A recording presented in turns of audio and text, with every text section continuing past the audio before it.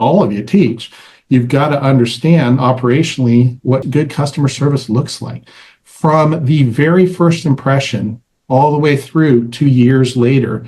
What does great customer service look like? And then own that. Welcome, everybody. Welcome to the Private Practice Owners Club first expert roundtable.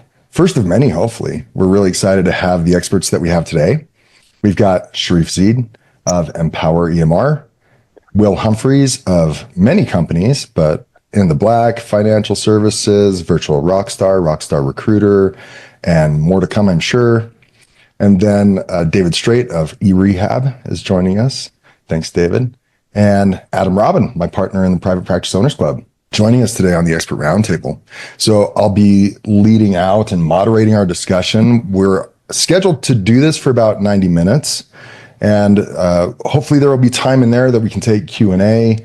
Don't be afraid to raise your hand or put something down in the chat if you have questions as we're doing this roundtable. The experts do have some things that they are prepared to speak about, but I'm sure they're very open to discussion and taking your questions as well. So we'll lead forward in that regard. But I did do a little bit of an intro, but let's go one by one and do some introductions of yourselves so you can speak a little bit about where you're coming from.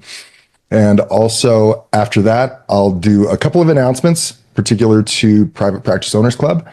And after that, we'll get into our discussions. So Sharif, why don't you start us off, man? Do you want to tell everyone, just give us a little bit, a 1 minute intro about where you're from? Sure. My name is Sharif. It's really appreciate being here and appreciate the invite, Nathan. So thanks for having me. And I am with Empower EMR, and we've been around for quite some time, serving rehab practices all across the country. And my personal background a little bit is I'm a finance person by education, and that's what I went to school for.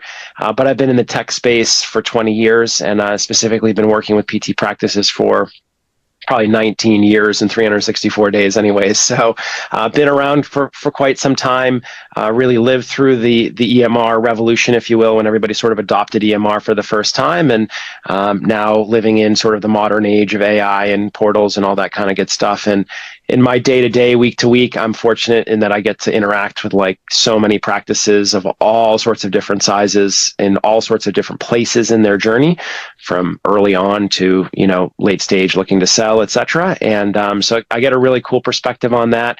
And I'm hoping to offer you all some value and be able to offer you my perspective from what I see out there. Sharif has been in this, a couple decades, did you say?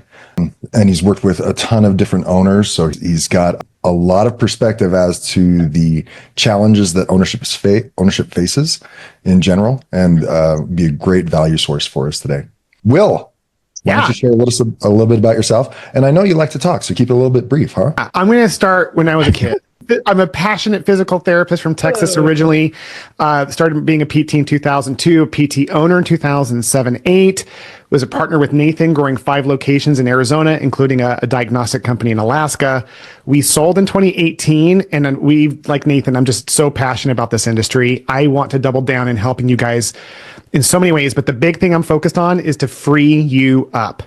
That's what I care about. People know me more as a recruiting expert. So I'm all about recruiting. My main company is Virtual Rockstar, where we hire virtual assistants for over 100 physical therapy practices across the country to help free you up. And it's just been an amazing journey. So thank you, Nathan, for being so kind to invite me to be here. Of course. All right. And David, tell us a little bit about you and eRehab. Sure. David Straight, also physical therapist. Been in the physical therapy space since, I'm going to date myself, but 1988. So started as an aide in 1988, and then went to PT school, treated patients for 12 years. We lost 47% of our business to POPs clinics.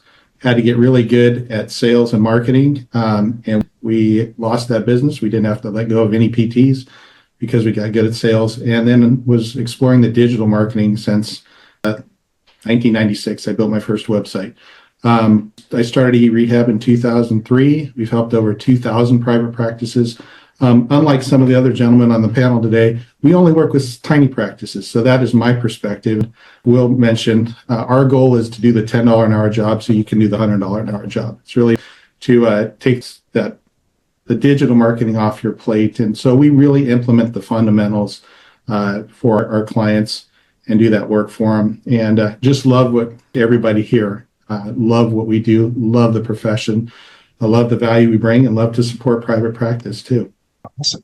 Thanks for joining us, David. Yeah, thank you. Appreciate the opportunity. It's really Adam, tell us a little bit about yourself. My name's Adam. I am partners with Nathan Shields, and I'm just blessed to be here because David does our website and a lot of our digital marketing support. Sharif, I use Empower EMR for my practice.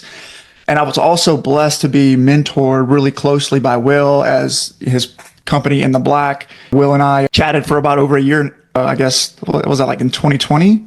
Yeah. Something like that. In that range, yeah. Yeah. So started my practice in 2019 with a lot of hustle and hard work. A couple years later, I met Nathan. Nathan coached me and taught me a thing or two about business. Since opened up 2 more clinics. And I guess about 2 years ago, we started the Private Practice Owners Club, where we support the heck out of practice owners. The thing that I love about this whole journey, my journey, is it's been such a personal journey. Will and Nathan have poured into me. I've felt myself become more empowered and more confident as a leader and as an owner. And that's what I really am passionate about, is helping owners believe in themselves so that they can realize how powerful they can really be for their teams and for the organizations. And so thanks for allowing me to be here today. Of course. I hope you guys recognize between the 5 of us, there is over 120 years of therapy experience that we're bringing to the table today. And so I think there's a lot that we can add to any discussion. And I know each of you are taking particular topics that you're going to discuss. If I recall correctly, and help me if I'm getting old. So Will and Adam are going to talk to us a little bit about recruiting and retention of providers, right? Sharif's going to talk to us a little bit about organizational development and structure in your organization leading to leadership development. And David's going to talk to us about how to stand out from other practices and really basically not be the commodity that physical therapy can be at times, right? So before I get into those topics, and these are the issues that they believe a lot of the industry is facing today. This came from them, and from their perspectives and their 100 years of therapy experience that they're bringing to the table. Before I get into that stuff, so Private Practice Owners Club, there are a few cool things that we are doing that I really want to highlight. We now on our website, ppoclub.com, have an events tab. And we are coming to Nashville, Tennessee on June 7th to do a workshop all about scaling, how to make your more profitable, the growth KPIs that you need to know in order to grow. And also Adam's going to focus a little bit on recruiting, retention, and getting providers to be productive, right? So that's June 7th in Nashville, Tennessee. That is on our events tab. That's also in the Facebook group. If you go to our Facebook group, privatepracticeownersclub.com, where there's over 1,700 members at this point. Under the events tab there as well, you can register, find the details about that workshop in Nashville, Tennessee, Saturday, June 7th. And many people have submitted and been approved for CEUs. So let's go. We're legit, Will. Some CEUs for that Saturday morning of June 7th in Nashville. Further down the road, October 2 through 4 is our second annual Private Practice Owners Club conference. All these people here were in attendance at our last one. David wasn't personally, but eRehab was there. Good. And it was great. It was in Clearwater. This year is going to be in Destin, Florida, at the request of so many people that we have it at the beach. Namely Maggie and Mike, who I know are on the call right now. They're like, we don't care where you go. Just be by the beach again, please. So we're going to be in Destin, Florida, beautiful beaches. So look forward to that. That is also on the website page. There's also details of that on the Facebook group events tab. Look for that. Registration is going to start on or about May 1st. So look for that here in the near future. And that is on the table. Am I missing anything else, Adam? Nope. I don't think so. Look forward to us doing more of these expert roundtables. This was the brainchild of Sharif. Thank you, Sharif, for igniting this and getting us started on this. But we think it's a great idea to bring experts to the table and talk about some of the issues facing the physical therapy industry or the therapy industry in general, for whether you're OT, speech, or physical therapy. So let's get started. I'm gonna moderate a bit, and you guys bear with me. If I cut you off here or there and want to ask questions, or if I see something in the chat that pops up that might be pertinent, I'm going to get into that. Before we get into the topics though, just want to ask the question, and it's going to be a little bit of a tangent. Hopefully it doesn't take too much away from the discussions or presentations you guys have. But you were faced with a question, the experts were faced with the question of what are some of the issues facing the industry today? And the one thing that you didn't talk about or bring up that I just want to make sure we address, at least in part, because it could be the 500-pound gorilla in the middle of the room, is you didn't mention anything about reimbursement. And if we were to poll many owners across the country about the issues facing physical therapy, reimbursement might be number one if it's not. Well, if not number one, it's number two, right? And so I thought I'd start off with a little bit of a curveball and just say, what are your thoughts about that? Am I off base?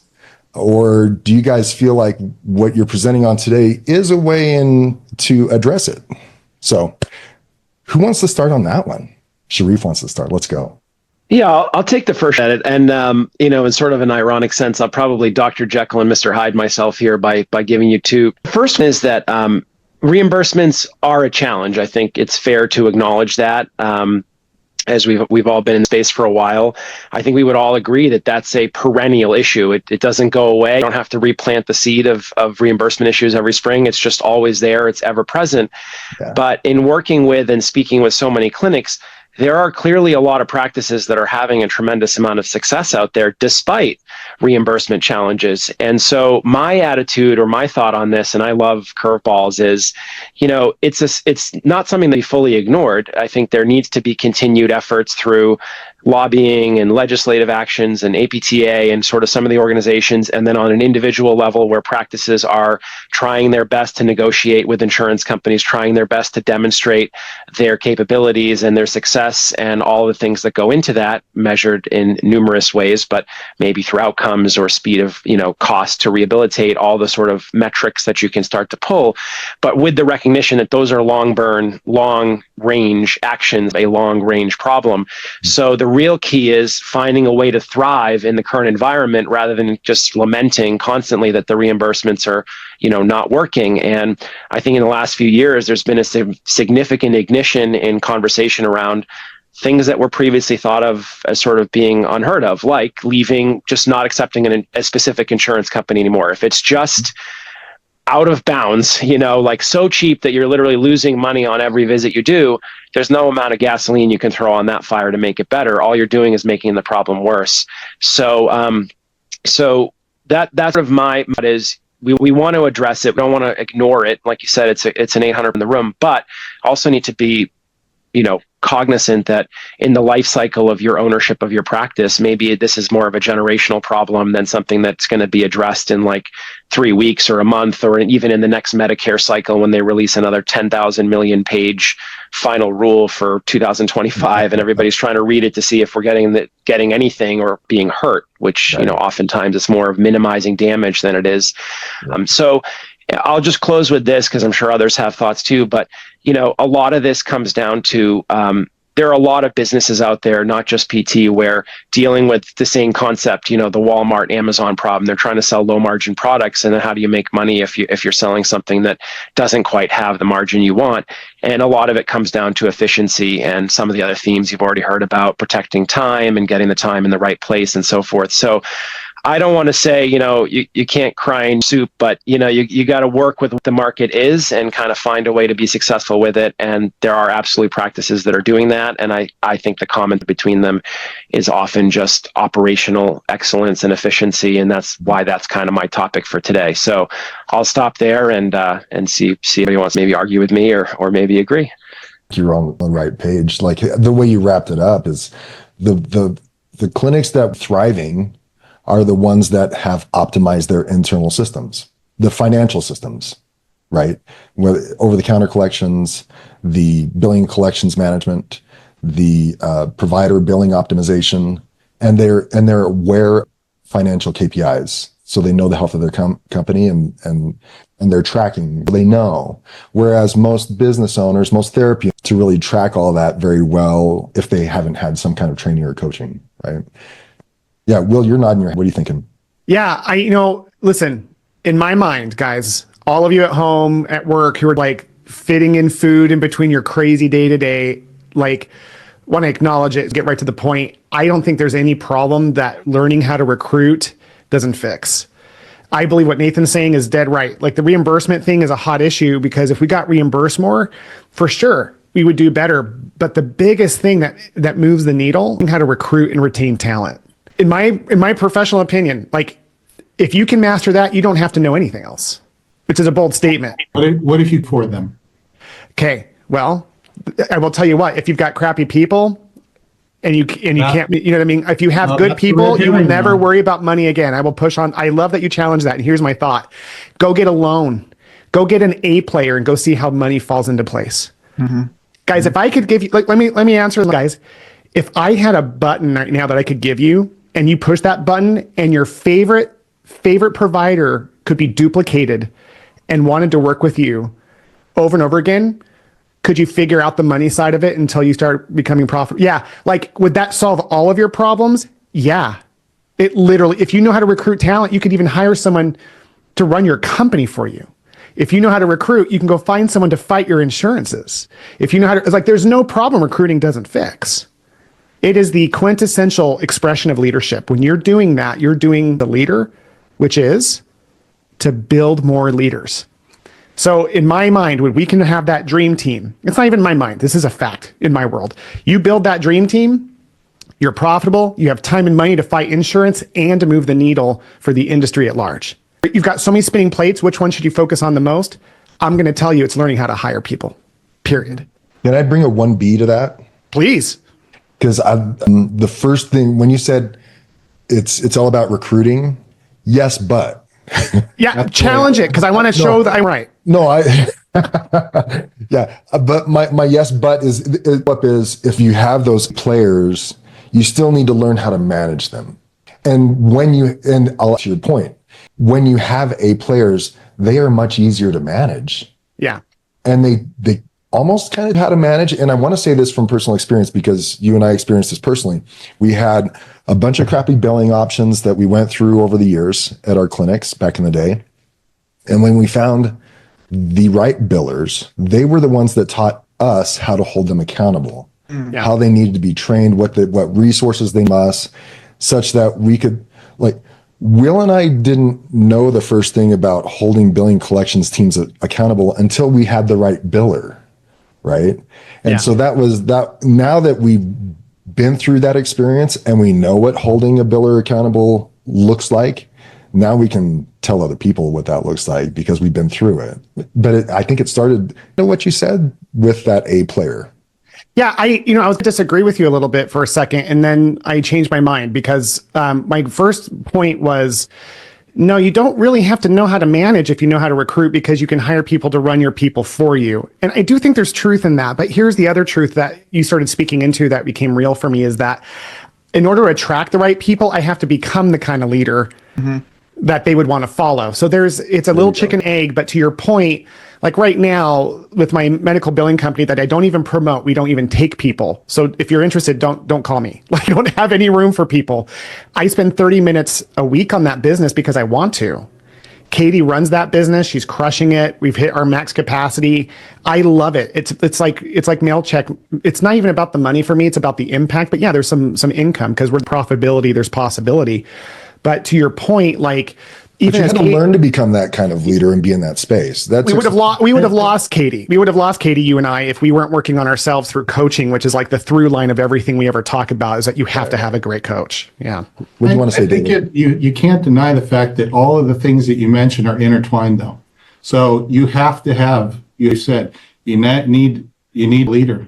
I don't think you need to know your finance. I really don't. I think you can hire out for that. You can't do these flows and you stuff. You listen, the 20% to get you 80% of the way there, guys. But I've got people, I have 5, not to like but like I run around with spreadsheets. I don't check. I look at my bank account every day, and I've got I'm not someone who disagreeing reports with the you. 20% that I need to know. I don't think it's the linchpin, though. I think that finance, I think you need to know how to lead. You need to be taught these things. Sure. This is why Private Practice Owners Club is critical. This is why I refer people all the time. You need to understand leverage. And those are all part of a business education.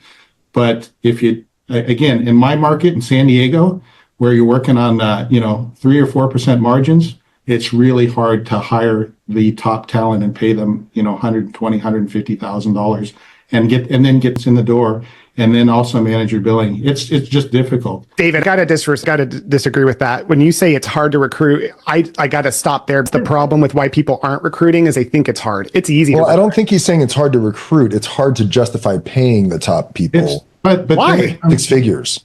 But if you have the top people and it makes it rain, go get a loan. Like I am going to fight on this issue to the you said death. just make it rain. So you're assuming that they treat that there's all to be had when there's a private practice on every single corner too, and all of that, some of the skill set. So again, I don't disagree with you. Yeah. But I think it's much more nuanced than that, and that what Sharif and Nathan said are also important components to it. That understanding how to run a business, and then understanding how to be a leader, and then having the capabilities to do what you say, and that's to recruit.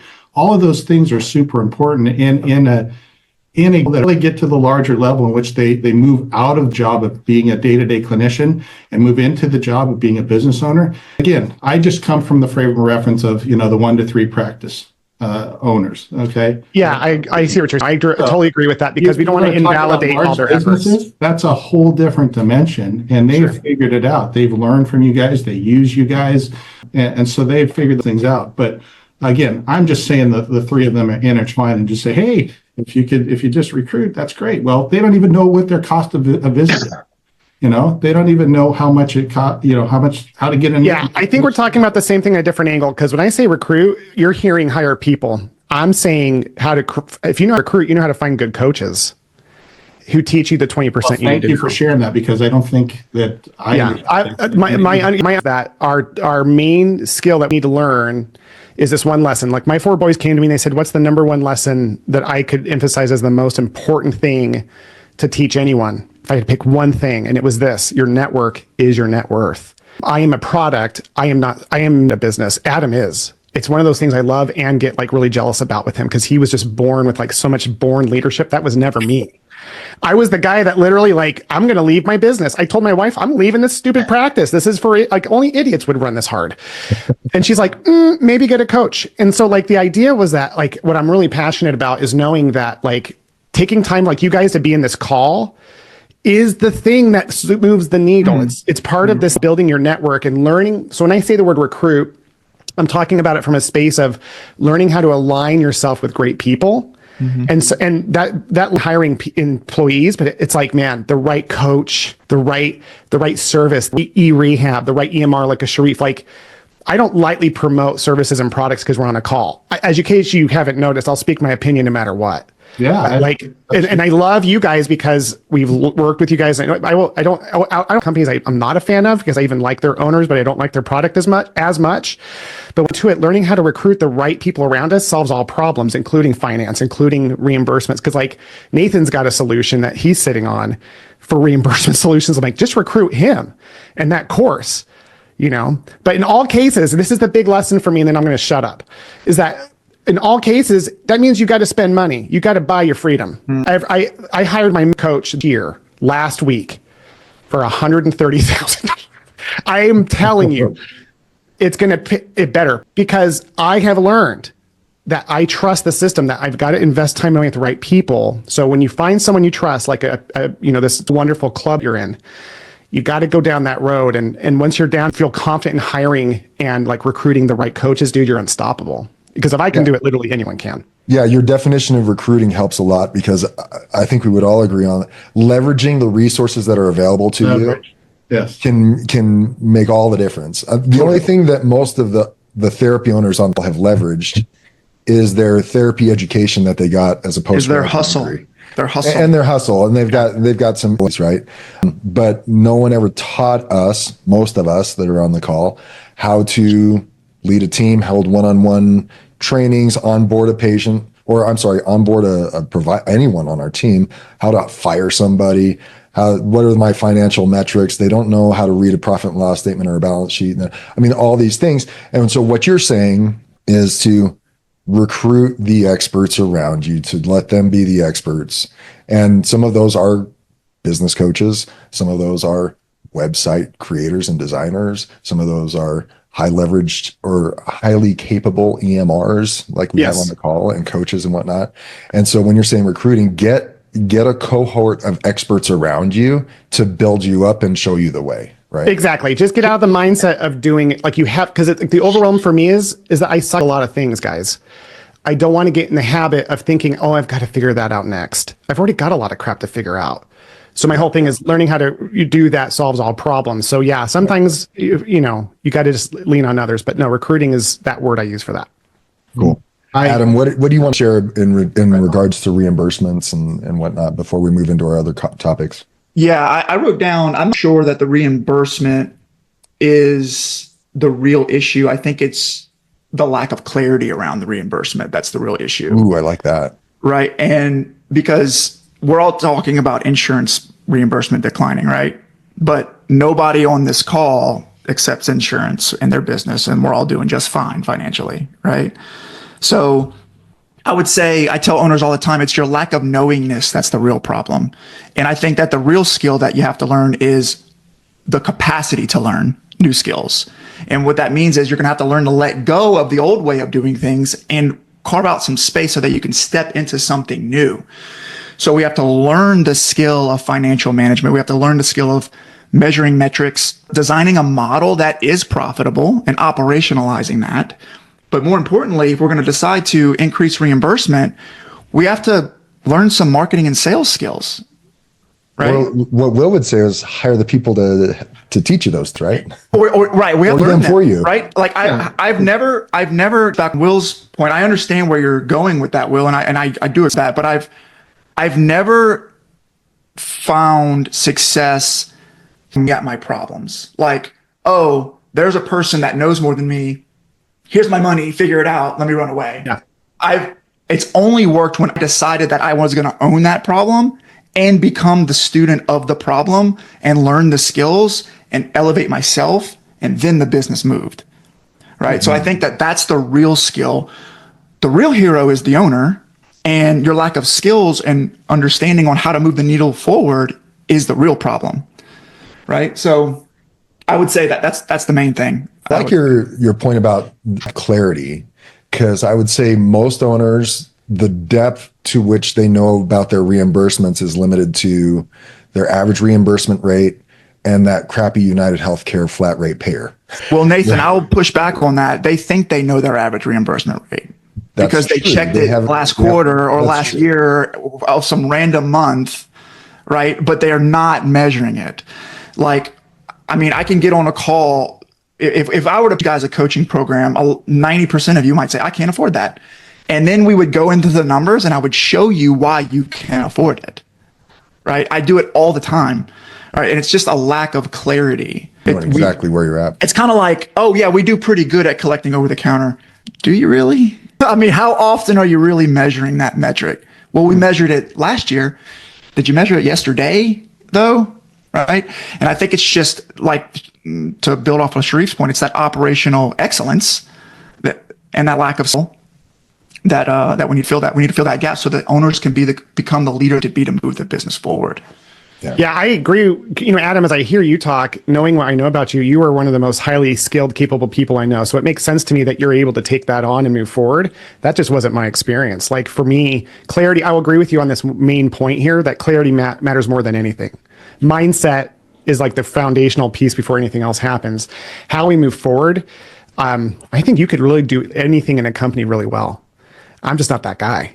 So like when it comes down to it, clarity only works and skill only works to a point. And yeah, I'm not debating that we shouldn't have a baseline skill set, but at the end of the day, like, yeah, I love that we're on the same page, that we got to get to the point where we start investing in other people, assets, team members that are going to move that needle, because it's just honestly too heavy to do it alone. Gotcha. Hey, thanks for the discussion, guys. We'll move on to the other topics now. For those who are listening, make sure you utilize the chat. No one's mentioned anything in the chat yet. It's there. You guys can ask questions, share your comments, talk to each other, whatnot. Feel free to do so. And there we go. What's coming? You can argue with Will here. That's me. I'm I like I'm that. just, I'm That's here. a Don't good mind me. chat. I like that one. Everyone can explain why Will's wrong in the chat now. If they can. Right. You can challenge him. Anyways, you can try. Try. No, awesome. Okay. You know what? I'm gonna go randomly. I haven't decided which order we'll go in, but I'm gonna start with David. And David, you want to talk to us a little bit today. Your topic that you brought up was how to essentially crowd. And so I'll let you take it from there. I might not have put it properly. I'll let you take it from there and present on the topic you think is a big issue facing the industry today. Sure. So again, bringing my experience from the practices that I work in and work with, and again, most of them are small practices. The challenge is that I hear constantly is that the playing field is overcrowded now. There's a PT practice on every corner. When I spoke with Larry Benz, if you guys know Larry, probably, a decade ago, he's like, things have become commoditized.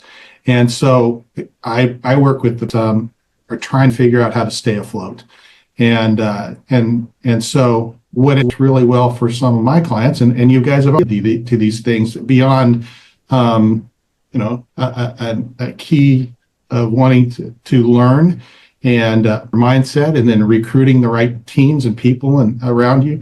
Those I think are all critical, and they have to continue. You got to be a continuous learner. But what's working for a lot of my clients is their man to differentiate themselves, to stay out in the crowd. And if you're just an ortho clinic and you're still doing ultrasound, then you're probably not different than anything else. But if you have elected to start we started off as one clinic in 850 square feet. My business partner at the time, his passion was cardiac rehab. We took cardiac rehab to the point where we're the premier cardiac rehab facility in San Diego County. Wow. He's the only guy that's CCS certified. He teaches at USC. The doctors call him. The Heart and Lung Transplant Center at UCSD call him. Why are your patients doing so much better? You know why? It's because he's passionate about always learning and being the best, but he's also gone off into the blue ocean, if you will.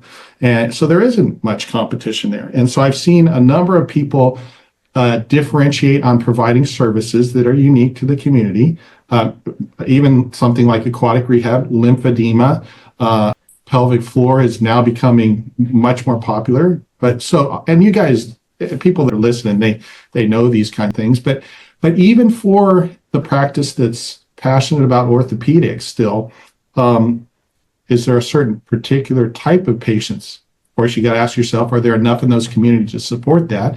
And in most cases, if you're in a smaller community, you can't just do total joints.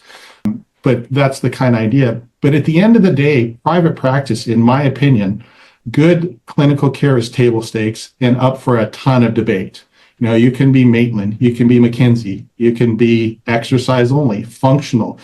But at the end of the day, and somebody mentioned that, I think it was maybe Will or Sharif, customer service is what differentiates small practices from the big boys on the block. And so you have to do what Nathan and Adam, and I'm sure all of you teach. You've got to understand operationally what good customer service looks like from the very first impression all the way through 2 years later. What does great customer service look like? And then own that. And then for me, because I'm tactical of you, I can talk strategy all day because over the years of constant learning, I've learned strategy. But I can tell you that one of the simplest ways to differentiate, Adam's going to nod his head as soon as he hears this, Google reviews. Own Google reviews. It blows me away in so many markets. And there are markets where people have, but even now, if you looked at 100 markets, middle-sized to small-sized markets across the United States, you couldn't find a practice that even cared to differentiate online that is providing this, say, commoditized orthopedic service. Turn to Canada, where I've got tons of clients especially the Greater Toronto area. For some reason, they get it. You'll see they have 300, 400, 500, 600 Google reviews and not stopping. So I think it's a unique opportunity that's still in many markets, because I like strategy and business and those kinds of things. But for me, at the end of the day, people pay me to leverage my time and my service. I'm the $10 an hour guy. And so I say, what can we do for $10 an hour affordably that you can do that can set yourself apart? And for me, it's Google reviews. I give that to the group, because if you want to take something away that you can do tomorrow, that's something you can do. And it's a great marketing multiplier, because anybody that sees you, and you look at your Google business profile, you will see that you get thousands of impressions per year of your Google business listing. So how do you set yourself apart from everybody else's business listing? Google reviews, right? It also helps with search rankings in the local listings. Google reviews. What about any other advertising you do? Ultimately, there's this messy middle that Google has defined in the last couple of years in their research, where they know you, but how they find out about liking and trusting you is all over the place. It's not this linear path, if you will. So that's where, again, if they search for you, which so many do, and your listing shows up, how are you different? Google reviews. So it's a great opportunity. Reputation is something all of you that are on this call, whoops, what happened? You're still there. Oh, whiteboard. So all of you consume reviews. All of you read responses, but at the end of the day, you don't implement. So what Adam said about you got to do something different, I think my idea is, we all live in a box. We're comfortable in there. You get outside the box. You've all heard it. And so I think that plenty of here have shared their knowledge, and you all know it, but the real success happens when you start doing something new and something different, and you take a risk. And so for me, again, just being tactical and working with the tiny practices, I have to find efficiencies for them, because they don't come to me, I can spend $5,000 on my marketing strategy. And I would quickly pick apart and say, well, here's why you don't even need to spend $5,000. And that's what Adam and I talked about. But at the end of the day, try to differentiate, try to open a different service, something you're passionate about, because that'll help you through the rough waters and the obstacles as you're developing service. And if you still just want to, if your true passion is A, differentiate yourself on customer service, B, get the message out there to your community online through Google, and C, get outside of the practice and as Adam's like it, be your own local hero there. So again, I don't have anything to offer, too much to offer at the big strategic level like you guys have, but I'm like a boots ground, the brigadier general kind of guy. Yeah, well, don't discount it there, David. I think. Oh, I'm not. Yeah, I don't want you to discount yourself, because you bring a ton of knowledge that a lot of business owners need to hear. Sharif, you raised your hand. What do you want to say? Well, I think David's too. I think that's tremendously valuable. What I would just offer to complement what he said, working with lots of different practices across the country, I can't emphasize how important that market research is before you decide what you want to specialize in, because you have to have a market big enough that if you go into that specialty, you're not choking yourself essentially by having an insufficient number of patients in the area. So what I think is, you often need to have maybe that base orthopedics practice just to always make sure, because that kind of exists everywhere you go. And then depending, I have worked with a number of, say, practices in Florida where they're seasonal and the patients are older, are tracking with the age of the patient.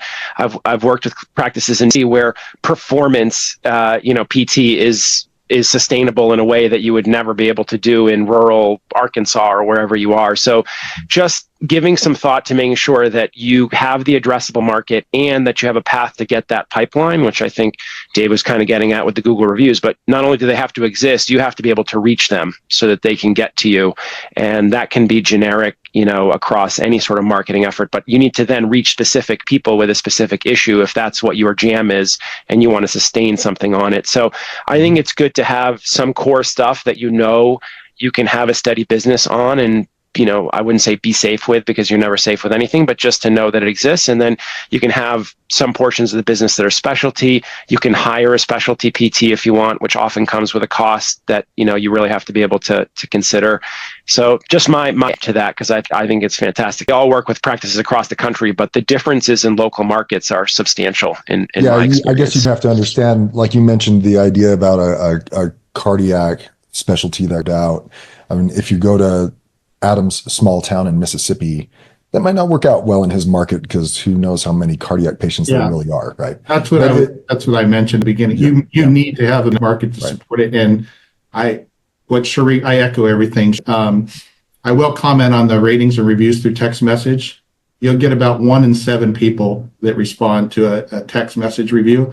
But if you're just, I need to maximize my dollar as far as it goes, then ask your patients for ratings and reviews.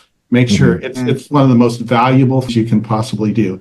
And, because the tiny practice who wants to work with you guys and get to be the bigger practice has to get there efficiently nowadays. And they don't have the expendable cash. The thing about like Google ads, you can understand your CAC, your customer acquisition costs very transparently. And we do that extremely well. But you need to know what your numbers are, right?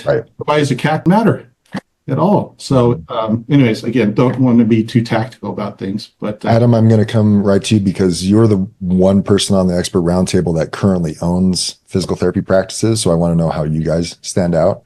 But our experience when Will and I were running our companies was, and we learned this from our mentors, was, hey, those discharged patients that love you and you're handing them like t-shirts or mugs and stuff like that, they always bring cookies on their last visit, right? And they talked about how much they love you.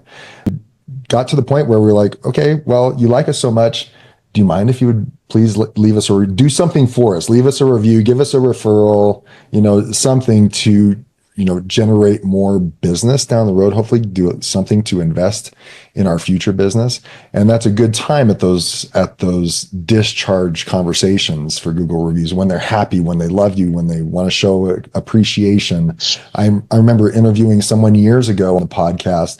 He didn't have a website. He built his business off of handing over business cards with a QR code for Google reviews. And He had hundreds and hundreds. And he's the small practice in San Antonio that came up first on the Google site on the Google search. And built it off of Google reviews and had a lot of stuff. So that is a possibility. Adam, how are you standing out? So I like to keep things simple. And I know marketing and me and David are going to agree here, but a lot of people in the industry who want to sell you marketing stuff are going to make you think that it needs to be this complex algorithmic beast that's really complicated. I believe consistency is key. But I think the one thing that's going to help you stand out better than anything is developing your culture. I think that's the key to marketing, because your marketing message should be less about what you do and it should be more about who you are and what you stand for and what you believe in. Do that, you instantly become you. There's only one of you in the world can be as good as you, right? So like you instantly put yourself at number one in the category. So building a really strong culture and building language that describes the culture. What are your beliefs? What are your core values? What's your purpose? From that, building operational excellence that drives profitability and world-class experience for your customers. Intentionally and strategically capturing testimonials and internal referrals. That's key. It's like part of the system. That's part of the system. Like if you're not doing that at a world-class level, and I say world-class intentionally, average is not good enough. World-class level, I wouldn't spend any money on marketing. Like we've got to get that right first. But if you do decide to venture out and start some dollars on marketing or communicating with physicians or spending money on ads, in my opinion, the parameter is consistency. Consistency is key. Developing the discipline of consistency. Because how many times have you guys ever started something? Oh, we're going to start this marketing program. And you do it for 3 days and then it goes on the shelf. These guys. Yeah. And it's you're not disciplined enough yet. You have to develop consistency for a long time to prove to yourself that you're going to prioritize it. Once you establish consistency, then you can turn up the volume. Now, instead of 1 outreach a day, let's do 50 outreaches a day, right? So once you establish consistency, then you push quantity. And through the repetition of quantity, you actually start becoming a decent marketer. You start learning how to be a good marketer. And you can attract leads, people who understand you, people who identify with your culture, to your practice, and insert them into an amazing culture with world-class experience. And we're going to capture that testimonial and that review and that internal referral. And that's how you build a practice, in my opinion, or any business. Yeah. Will, your 2 cents, and then I'm going to come back to you, David, to wrap this up. Yeah, I think Adam hit it square on the head when he talked about consistency. And we're going to talk about recruiting at some point, and it's marketing and sales is called business development. It's all the recruiting and the new patient gathering, all stuff. That's the hardest part of any business. That's the most challenging part, according to this is where we live by. So yeah, I think the ability to put attention on and honestly, again, like this is one of those areas I was very big earlier. Like, yeah, you got to hire people. There are a lot of people out there taking advantage too. Like, two things can be true at the same time. And marketing is one of those areas, I think, like Adam said, that there's a lot, you got to be really leery of a lot of companies there. So that's one of those areas I found experience-wise has that issue. But consistency, I just want to reiterate that, I won't go longer. Consistency is the most important piece, whatever we do in that, whether that is us or somebody else. I will say again, I think you can hire for that. But it's a way trickier piece, an outsourced company or an internal person. But you have to have at least 20% of that knowledge to be able to manage that person for sure. Yeah, to bring it to Adam was talking about, sales isn't really hard if you've got a great product. And what Adam was talking to is the product that you provide the patients is their experience, the culture that they experience. Culture and operational experience. Right. Yeah. If they're like, man, experience at the front desk compared to what I saw last week at the doctor, yeah, you're going to stand out. That's going to be a better product. Right. Or, hey, paying my copay was really easy that time. I'm glad I didn't have to cut a check and they, sent me, send QR code with my balance so I could pay it by phone. All the things that are available to make it a world-class experience. Right. And then it's easy to sell. At that point, it's easy to get referrals and stand out. Yeah, David. No, I think for me, and that's why I had an emotional reaction to statements, is communication. Very clear communication. We've intermingled sales and marketing. So I think those things needed to be defined. Sales is face-to-face, belly-to-belly, Zoom to Zoom, phone. Marketing is more or less when a message out, getting people to know, like, and trust you, and then ultimately they come in, try, buy, repeat, refer. And so I think it's important to distinguish the differences between those because both of them are critical. And like Adam says, buddy, you all are exceptional at what you do because you offer an exceptional product. If you offer a mediocre product, and you're going to offer a mediocre product at your PT practice, if you don't know how to, A, treat well, so you don't have confidence, B, you don't understand how to do business, and C, you don't know how to sell. And for me, sales is far more important than marketing because if you can sell, I agree. Agreed. If you can sell well, then marketing is just about turning up, like Adam said, turning up the volume, scaling the message out to people. And so what we teach, we don't teach and said, kind of maybe ask if they had a good time at the end. Ours is very systematic about getting reviews. And this, I'll tell you, Adam knows this because this is my thing. It's all about systems. How do you get a review? Day one, set the expectation you're going to ask. 100%. Use psychology to get a commitment from your patient. Okay, simply ask if you're happy with our care, would you mind leaving us a review? And then when they say thank you, and it's not always a discharge, then you make them good on, hey, would you mind doing me a small favor and leaving that quick review, please? And then make it fast, easy, and friction-free by using technology. So if you don't have the system of communication in place, and you don't set the expectation, your staff aren't going to support you. And we all know that it's better to have 10 people on the bus than one person on the bus, especially when it comes for anything as far as sales or asking for reviews in this particular instance goes. Your staff doesn't ask for reviews for one reason. They're embarrassed. They don't think they've earned it. They don't, they're greedy or whatever.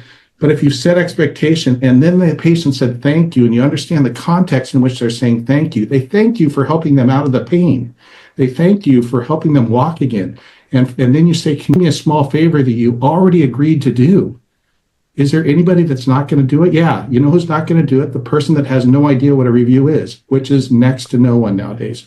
When 98% of people are willing to leave you a review. So it's all about the systems. And then again, this is just a of what you are talking about, just implement systems into your practice.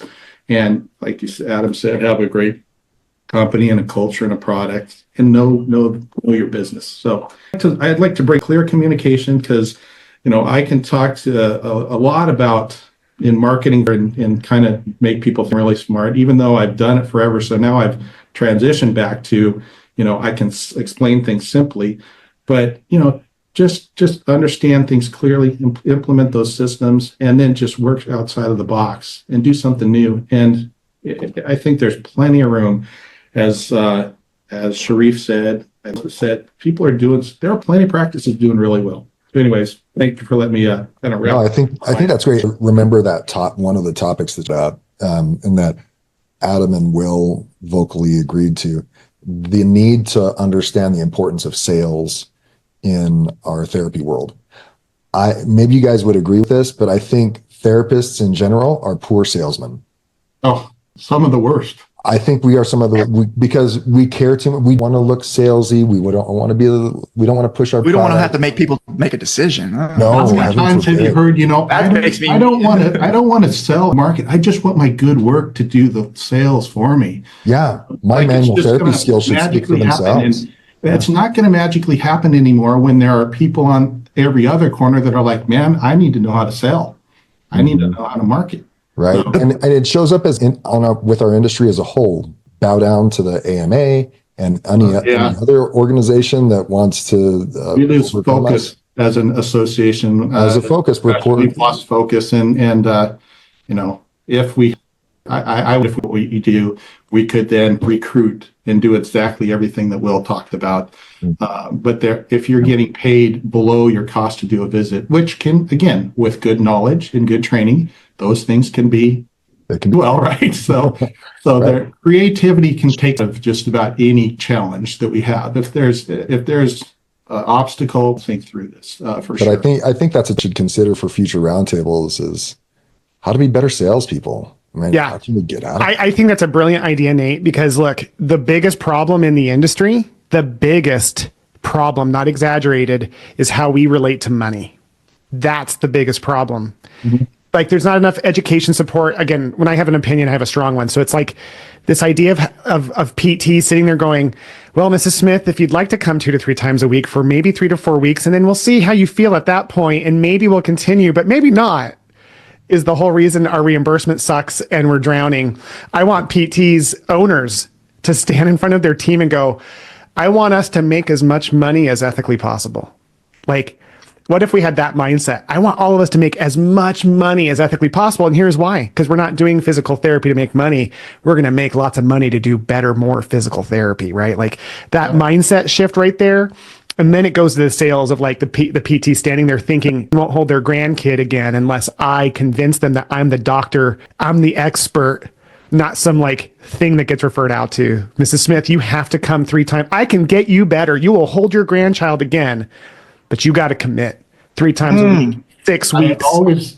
I like it so much because I think people need to look back historically what a professional is. Look that up through ChatGPT, what a professional is. We don't act like professionals. We don't act like doctors. We have fallen into the ancillary providers means. And if you look up the history of ancillary, it means woman slave. No disrespect to women or females at all. And we haven't broken at all. We still act like physical pharmacists in so many ways. And so if we learn how to sell and we believe in what we do, and me being like, I write on clinical research to support physical therapy. So you know where my bias is. And so I can tell you that there isn't just, save a trauma, a comminuted fracture, something that no PT is going to help. There isn't a diagnosis in the orthopedic world that physical therapy can't help. And in most cases, as good or better than aggressive care. So if we adopt that mindset and we own it and we behave like professionals and then we learn how to sell and then we're willing to say I'm not going to give you that $5 piece of TheraBand that's my profits margin on this visit away. We have no problem with that whatsoever because we're confident, like Will said, we can do so much better. But we have to learn how those skills that you guys talked about. All right, we got to move on. The rate it's going with this conversation, and I'm not doing the best as a moderator because we only have a half hour left to talk about two other major topics. So I apologize ahead of time. And I don't know if it's okay with you guys. We might go past the 30-minute mark, but if you have to bow out early, I understand. So I want to get to an important topic that is top of mind for many owners. And so we're going to talk to Will and Adam now about recruiting and retention of highly skilled and capable and aligned providers. I don't know if you guys have talked a little bit about this beforehand, but who wants to get us kickstarted? I can just jump in because I think that was the initial thought, right, Adam? Sure, I'm cool with it. I'm going to go really fast. I want to give you guys maximum value in the least amount of time possible. So listen, when I was recruiting for 26 locations for that time after Nathan and I merged and sold our companies, I stayed on as VP of recruiting. I had learned that through coaching, I'd learned how to build out this system to where I never had a hard time hiring positions. It was me and one person who was an assistant to me filling out 26 locations. Here's the two key things I want you to know, and then Adam's going to bring tons of value.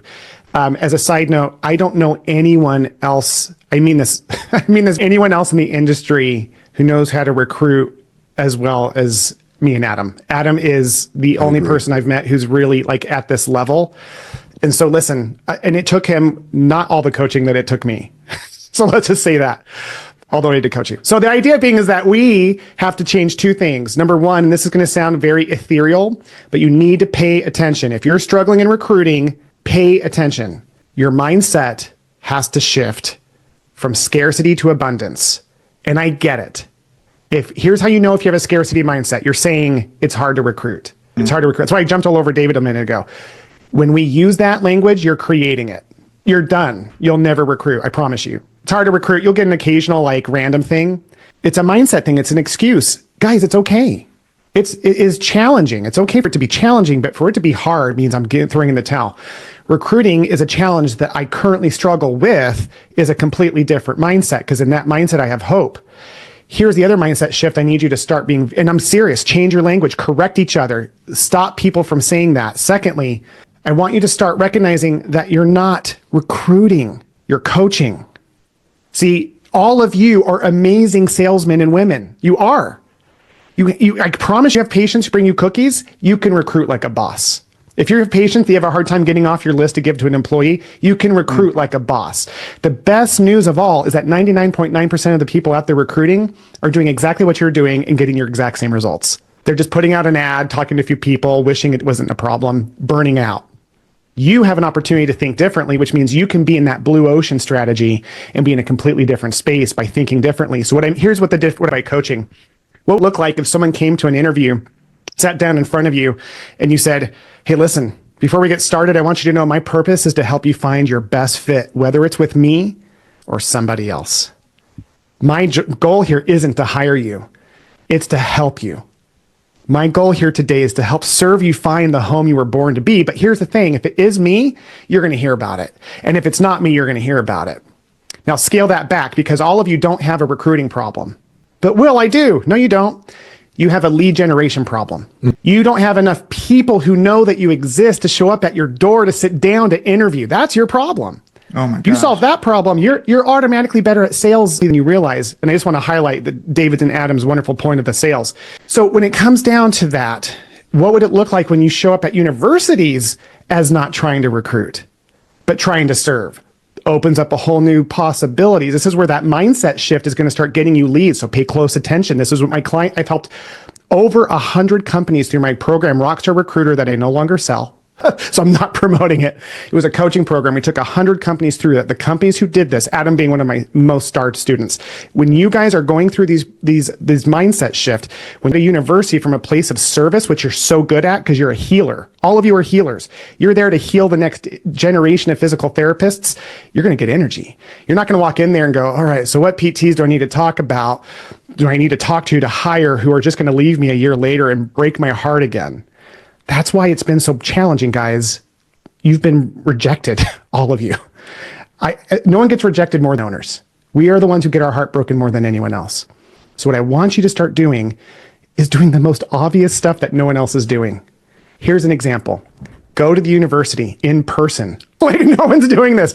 Go there in person, walk in and say, hey, I'm Will from Will Physical Therapy. I am so passionate about this industry. I'm a private practice owner. I just wanted to know how I could help your university.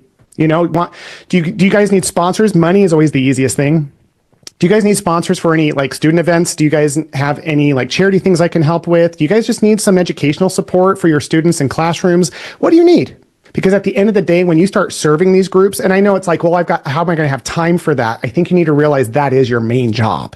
The number one job of your life as an owner, whether you knew it or not, when you signed the lease on your building, debt that you took on, was to build more leaders. That's why you exist. You may think it's because that was me. I just want to trade all day. Those annoying employees are the worst. I wish they would just go away.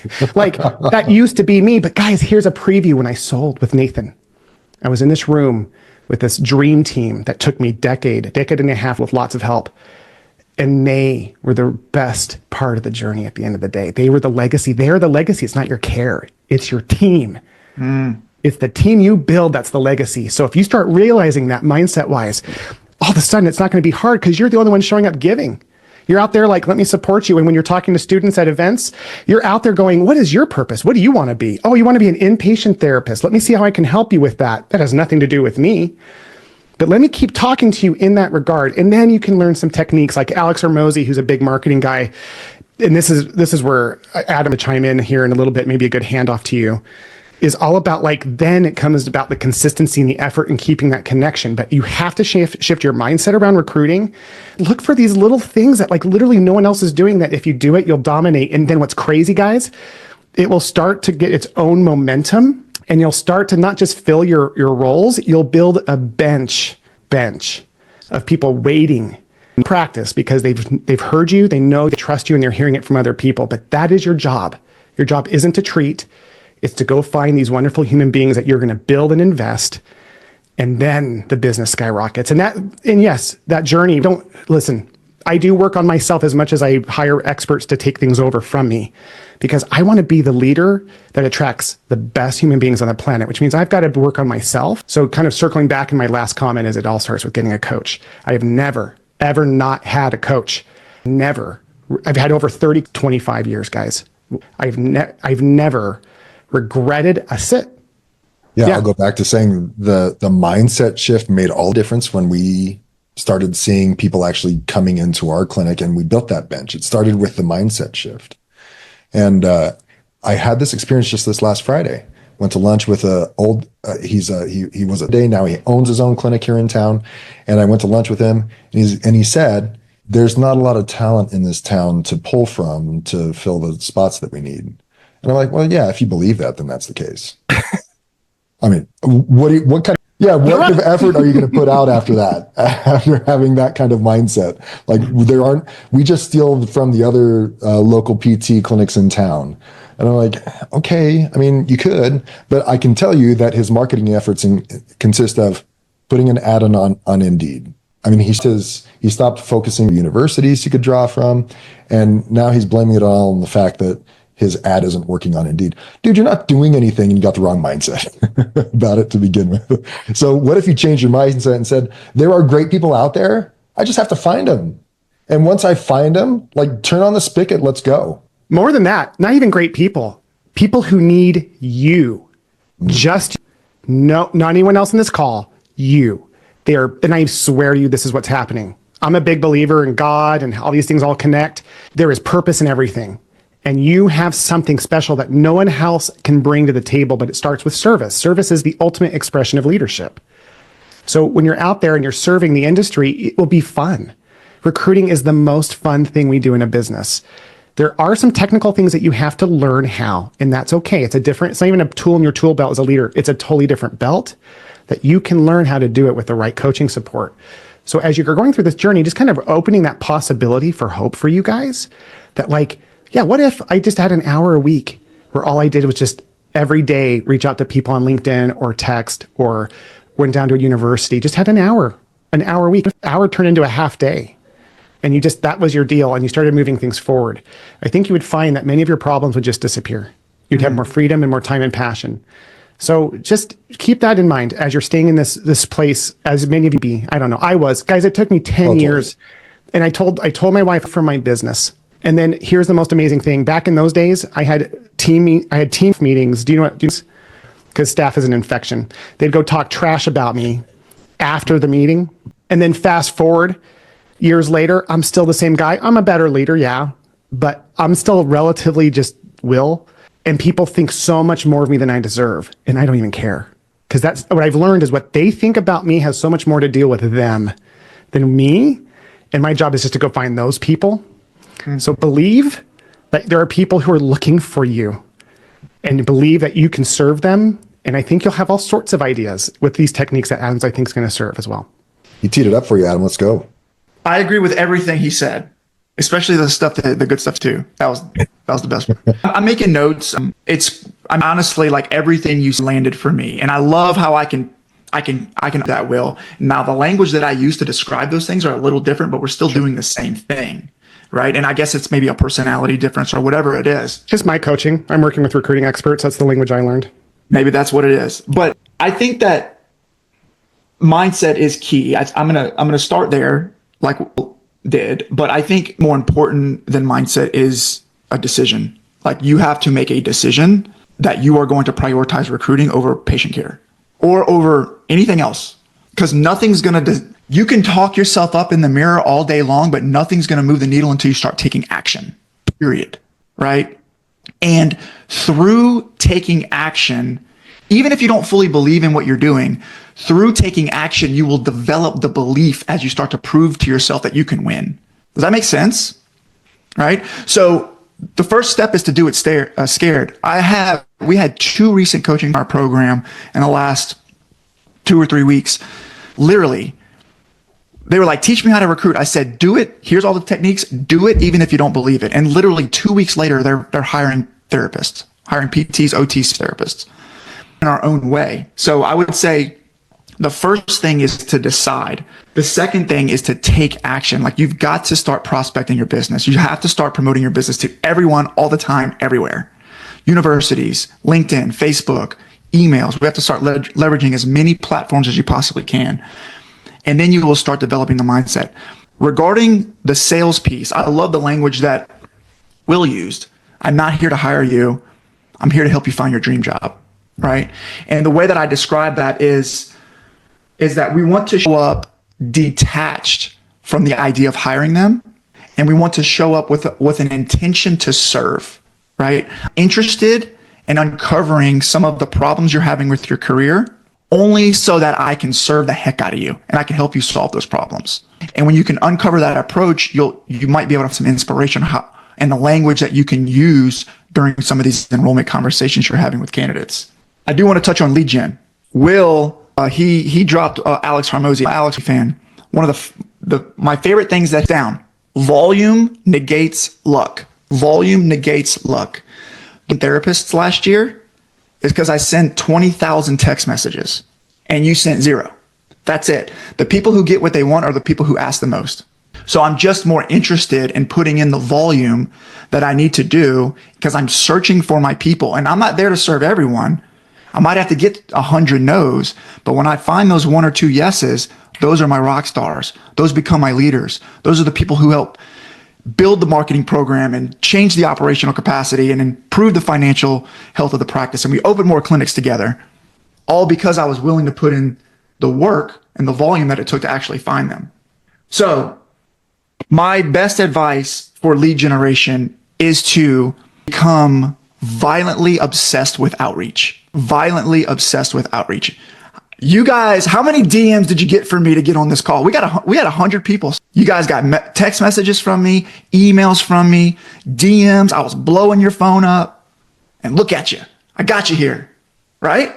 Because I was radically obsessed with getting you here. And I was willing to push away the people who might not have aligned with me so that I could attract you great people, right? So how do we get violently obsessed with outreach? And then we can start learning what we can do to automate so that way it doesn't take as much time. And if you do that, you'll never have a problem recruiting. That was it, man. All right. That was a great place to stop. I was like feeling kind of excited inside. Tell him, Adam, preach, brother. As you can tell, I get super passionate about recruiting because there's so much, like Will said, I'm starting to prop Will up on the pedestal now. Maybe I do believe that recruiting is the most important thing, but you have so much to offer. You as the owner have so much to offer. You pour into your patients. You're changing people's lives and you're changing their families' lives. And all recruiting is learning how to yourself so that you can serve at a greater capacity. You have clinicians in your network who could benefit from a little bit of you because you have so much to offer them. And when you tap into that and you become a little obsessed about that, change the world. Your practice will transform. So Great stuff. that's going to be the mic drop. Thank you, dude. Thank you. All right. Sharif, we're turning to you. And I'm sorry, we don't have a ton of time. It's okay. It's all right. But like I said, if people have time, if you need to jump off, even the experts here, if you need to jump off on time, it's understood. But we'd love to make sure we get enough value, answer questions as they come on. So go ahead, Sharif. Yeah, I'll start my stopwatch here, and I'm going to try for 5 minutes, so you guys can hold me to that. So I actually think it's really fitting to go last because I feel like I'm batting cleanup, and so I get an opportunity to sort of incorporate all these different things. Imagine there are some people here who are into Shark Tank. I don't know if we watch the show, but like the number one thing you hear over and over again from them is, I want to use my money as gasoline. I want to take something that's already working, even if it's not working perfectly, and like ignite it. And so what I take away, and I hear that often on that show, and if you enjoy it, you know what I'm talking about, is what they really mean is if you have something that's sort of operationally doing pretty well, even if it's not perfect, then money can help take that and scale it. And so what they're really saying is the product is good, the way you're selling it makes sense, you found a market that wants to buy it and they're buying it. So you see the threads here of David's comments of you've got a team that's sort of making it work. You see the threads of Will and Adam. And so that's basically my big pitch to you today. Is the question was, what do you think is super important for practices? And so what I see is that a lot of practices are doing a lot of very ad hoc. There is no actual system. It's just whatever the patterns are. And I'm from Boston, and most of the streets in Boston are cow paths. And so they just evolved because that's how people used to walk. And unlike other major cities like New York or Chicago, which burned to the ground, and then they built a grid system of streets, if you come visit Boston, you'll immediately be like, why are the streets so messed up? You can't get there from here. Everything's a one way. And so I see that parallel in practices is that many things are just ad hoc. They're cow paths. People just got used to walking that way, so we always walk that way. And I'm preaching sort of this idea that if you can be a little bit more thoughtful about it, about your process, about your systems, about how you deploy your various human resources, all of these pieces will come together and you will be the one that is ready for gasoline. And Will said, go get a loan. And if you go get a loan, then that can be your own gasoline, or maybe you're bootstrapping, or however you want to do it, wherever you are in the phase of your practice. So to stay true to my 2 minutes, there are basically two things I would talk about that I would urge you to think about. Number one is organizational structure. If you go to business school, this is one of the classes you'll take, and it seems really dumb. Well, you have an owner and then you have PTs. But is it really that simple? I mean, it depends on the size of your practice. It depends on how many people you have. But do you have somebody whose sole or primary focus to manage the front desk? And who is that? And how? Do they know that they're the person who's managing the front desk, or did they just sort of become the person who's managing the front desk? Do you have a billing team? Is there more nuanced to your team besides just this is my billing team? Is there an authorization person? Is there this person? To David's point, is there somebody in your practice who has any responsibility directly for marketing? Do they know that they have that responsibility?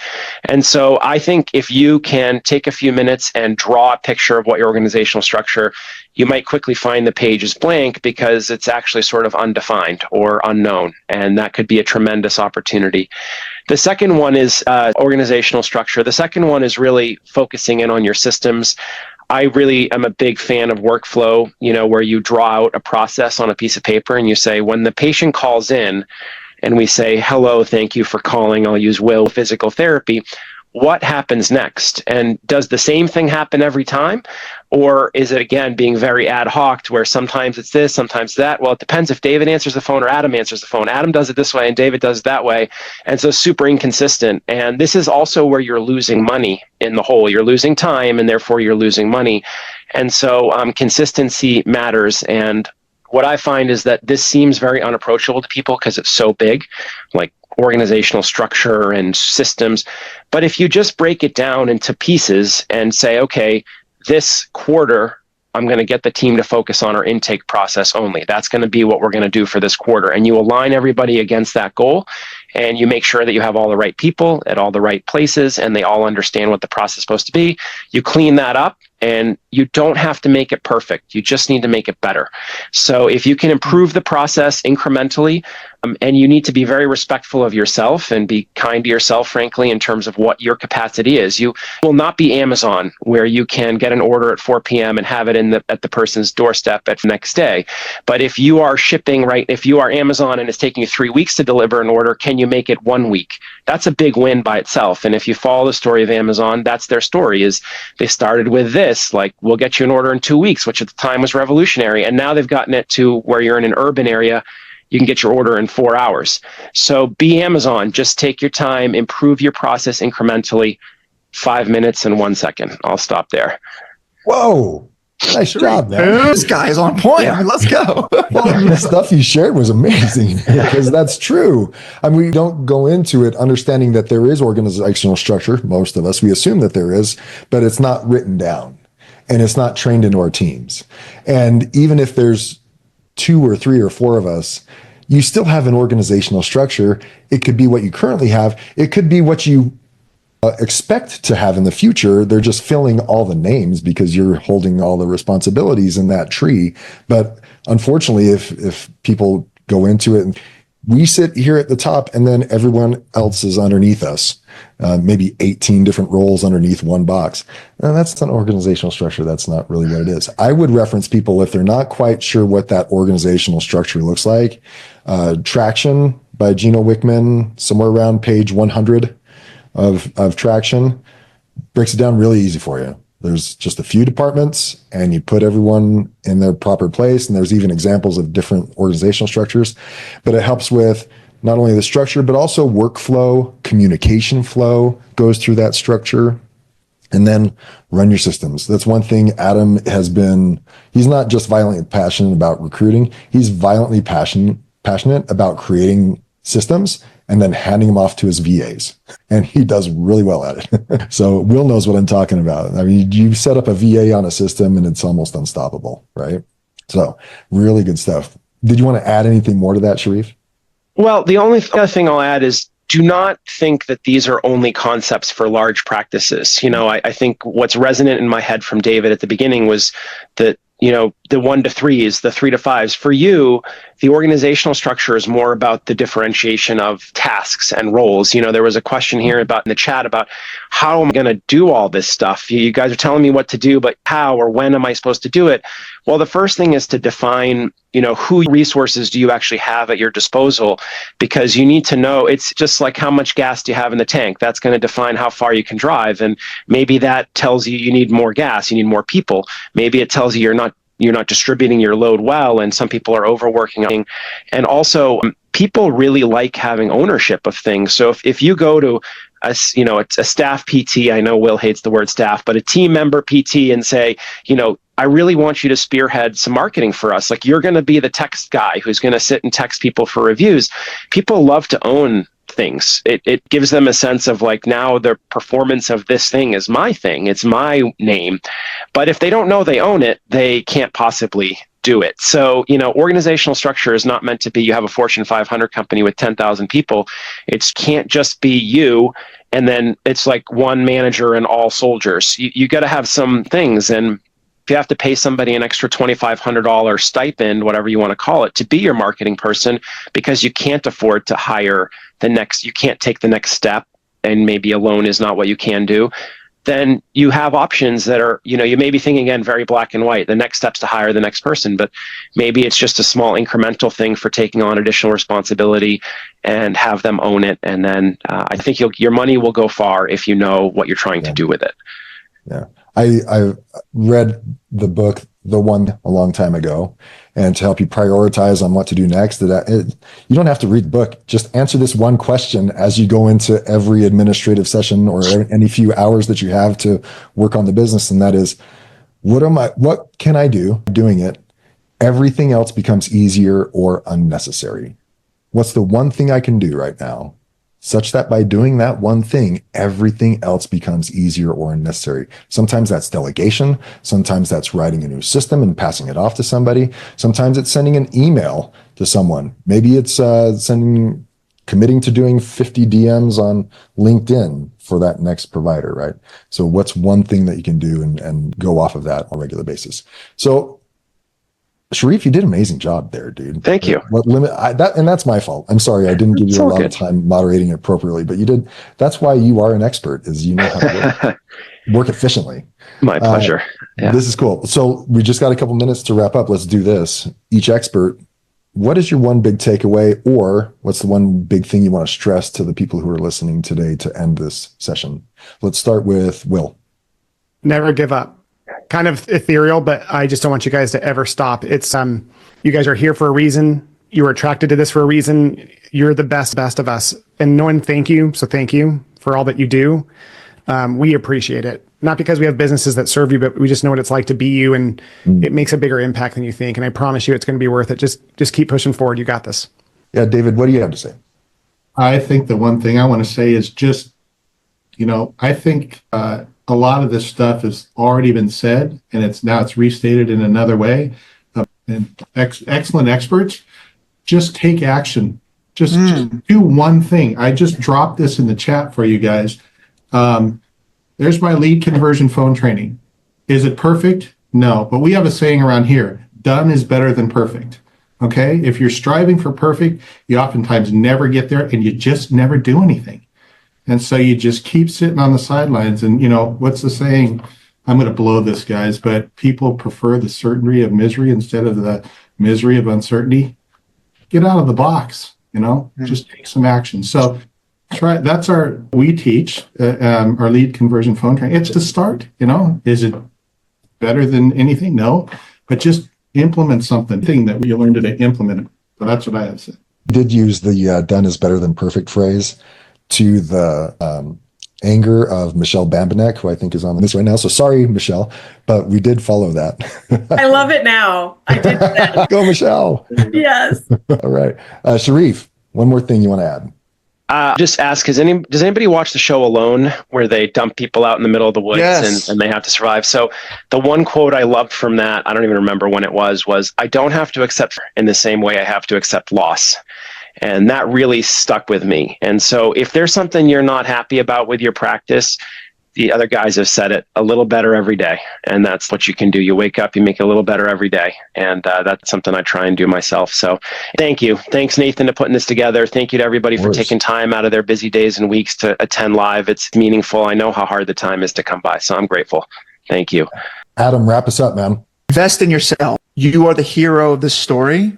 You've already proven that you're willing to do the work. You've already proven that you've got what it takes. You're just really busy. And now it's time to go to a new level. And that's going to require you to delegate, invest in some time into yourself, maybe invest some money into yourself, invest into learning some new skills.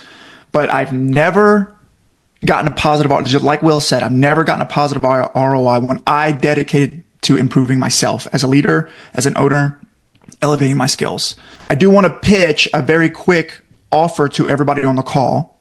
As you may or may not know, we have a coaching program where we support the heck out of practice owners. And if you're on the fence about that, listen, I don't know, we're not right for everyone. I talk to practice owners all the time who come to us who aren't ready for a coach. Maybe they just need a little marketing support, or maybe they need a new EMR, or maybe they need to get with Will and just hire some VAs to support them administratively. But if you want to talk about what it's like to get some support in your practice, I'm going to reach out to you guys either via email or text, and I'm going to give you a jump on a call with me. And what we can do is we can do a practice assessment. We can run through your numbers. We can identify your top 3 priorities in your business, and I can point you in the right direction. So I'm going to give you an opportunity to jump on a call. But all in all, the main takeaway that I want to give you is to be willing to invest in yourself, and you can do it. Experts, thank you so much for joining us today. It was Thank you, awesome that you everybody. shared your expertise. Like you. I said, 120 years worth of coaching experience in the room right here. Thank you to all the attendees. You guys are awesome. It was great to see everyone join us and ask your questions, share your comments. Look for more stuff on our website, ppoclub.com, under the events section. These webinars will also post there. Follow the Facebook group, Private Practice Owners Club Facebook group. Make sure that you follow that, the events section. Look for our workshop in Nashville, June 7th. Look for our conference, October 2 through 4. You guys were awesome. It was great to see you. Thank you, everyone. Thanks. Bye, guys. Bye.